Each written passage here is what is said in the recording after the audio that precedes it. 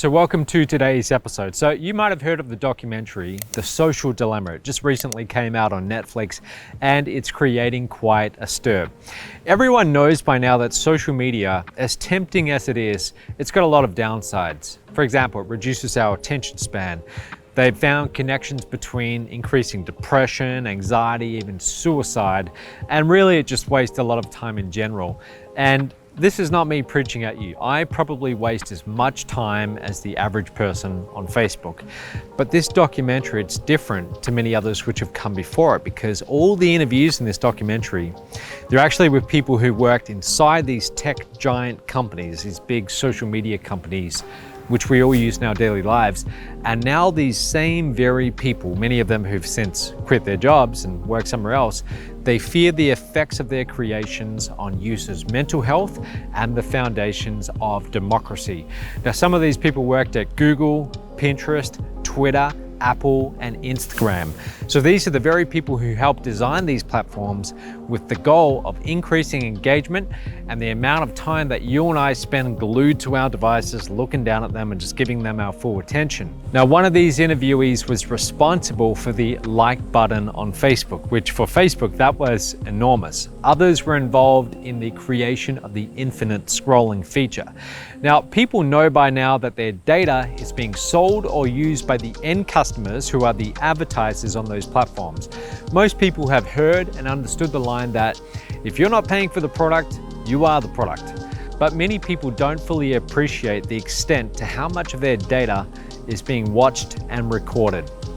So these companies collect a lot of information about us, and they're able to form a profile of our personalities, right down to what photos we viewed, and also even how long we viewed the photos for, which to me, that was the shocking part. So the data is then collected, aggregated, and then segmented into markets far more precise than at any other point in history. And they're able to use this information to help better predict our actions. And then that data, it's gold to advertisers. With this data, these social media giants can effectively sell us, we are the product, as markets to advertisers and more efficiently manipulate our responses. Now, one of the interviewees in this documentary, she's a social psychologist, her name is Shoshana Zuboff. She called this the human futures market. Just like the financial futures markets that I'm sure you've heard of, we're now in a world where there is a very real human futures market. And this is nothing new. This is their entire business model, getting as much data on you and I as possible, and then getting as much of our attention as possible. And it's our attention which is the prize. Anytime you pick up your phone and you open up social media, you are voluntarily giving away your attention and your privacy. And there's good and bad things with that. So for example, YouTube, I've got multiple accounts with YouTube, and the account that I use the most often, it knows me really well. When I open up that particular YouTube account and I'm looking on the homepage, I've got the 8 videos that are recommended. Usually I will end up watching 3 or 4 of them. YouTube really knows what I want and what I like to watch. But on the other YouTube accounts I've turned off the tracking part, so the ads aren't personalized and neither is the content. And every single time that I'm on one of those other YouTube accounts, none of it's relevant to me. So there's actually a big plus if you look at it from that perspective of getting content that you actually are likely to engage in and enjoy watching or consuming. So what can we do about it? Well, first of all, if you want to be online, which is kind of a necessity these days, it's all about minimizing the negative effects. And there's really 2 things you can do immediately. Number 1, turn off all notifications.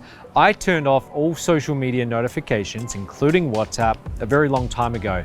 I still check and way too much, but the worst thing you can do is have notifications going off every couple of minutes on your phone or your laptop.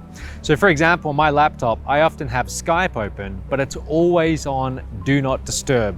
And it's been that way for about 7 years now, because in the very beginning, I used to have it always on the green mode, the online mode, and it was always flashing and making that annoying Skype sound. So these days, it's always on Do Not Disturb. And that means that sometimes I do miss messages, but that's okay. Okay, that's a very small sacrifice to make. That means that I can focus on my task in front of me without constantly getting interrupted. Now, step 2 is you have something on your phone called screen time, at least if you're using an iPhone. And my suggestion is start using it. It is incredibly valuable.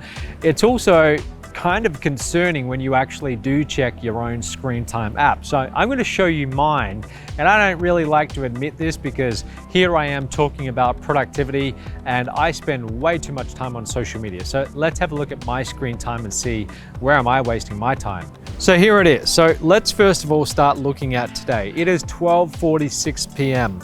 and I have already spent 52 minutes on this thing today when I'm supposed to be concentrating on these scripts and making these videos. So that's quite concerning. WhatsApp is my biggest time waster, just constantly checking WhatsApp for messages. Now, some of this is related to work, so it's not all time being squandered away, but 22 minutes I've been looking down at WhatsApp today already. Instagram, 5 minutes, so that's not too much time yet, but normally it is a lot longer. Facebook, 5 minutes. Looking down at my camera, I was filming a short video tutorial earlier on, so that's what that is. That's it, 53 minutes. Now, 36 minutes of this time, of that 56 minutes was spent on social media. Let's look at the last 7 days though, because that is really what matters. I am averaging 1 hour, 45 minutes per day on this thing, and that is really concerning. Of course, some of that's related to work, but let's say even half of that is related to work. That's still an hour a day where I'm looking down at this thing, getting distracted. And if you think about that, you think about how much time do you spend sleeping? How much time do you spend preparing food or going and finding food? And add in all those other little things you got to do throughout the day, the little necessities you have in your life. You don't have that many waking hours available for your work, to focus on your work. Let's say you have real concentrated time. Let's say it's about 8 hours, 10 hours, something like that, where you're actually being productive. So in my case, if I'm spending almost 2 hours a day, let's say half of that is time wasting activities, that's almost 10% of my entire day being squandered. Now you add that up over a lifetime, that's scary. That is years of your life looking down at this thing. Now, you already know that, I know that, we all know that, but we still do it. The important thing though is that by using this screen time app, you're at least aware of it. And you'll notice here it says I'm down 45% from last week. So last week was terrible. Last week I'm at well over 2 hours per day. So at least by doing this, by using this app, now you start to measure. And as I've said before, what gets measured gets improved. If you start checking this and monitoring it every day, at least you're going to stay on track. Now, by the way, on a side note, the field of analyzing this kind of data, it has exploded over the past decade, and there are a lot of jobs in this space. And that's why very soon I'm going to be having a course created for Stride members on becoming a data analyst, getting into this field of analyzing data. Because even though I'm talking about the negative aspects of this, there's also very positive aspects of harvesting all this data for these companies, because they can serve more relevant advertisements and content as well. And I think the first step is people must at least be aware of it. But you can also be on the side of the advertisers. And I mean, I am an advertiser. I have spent well over $1 million on Facebook ads over the past decade.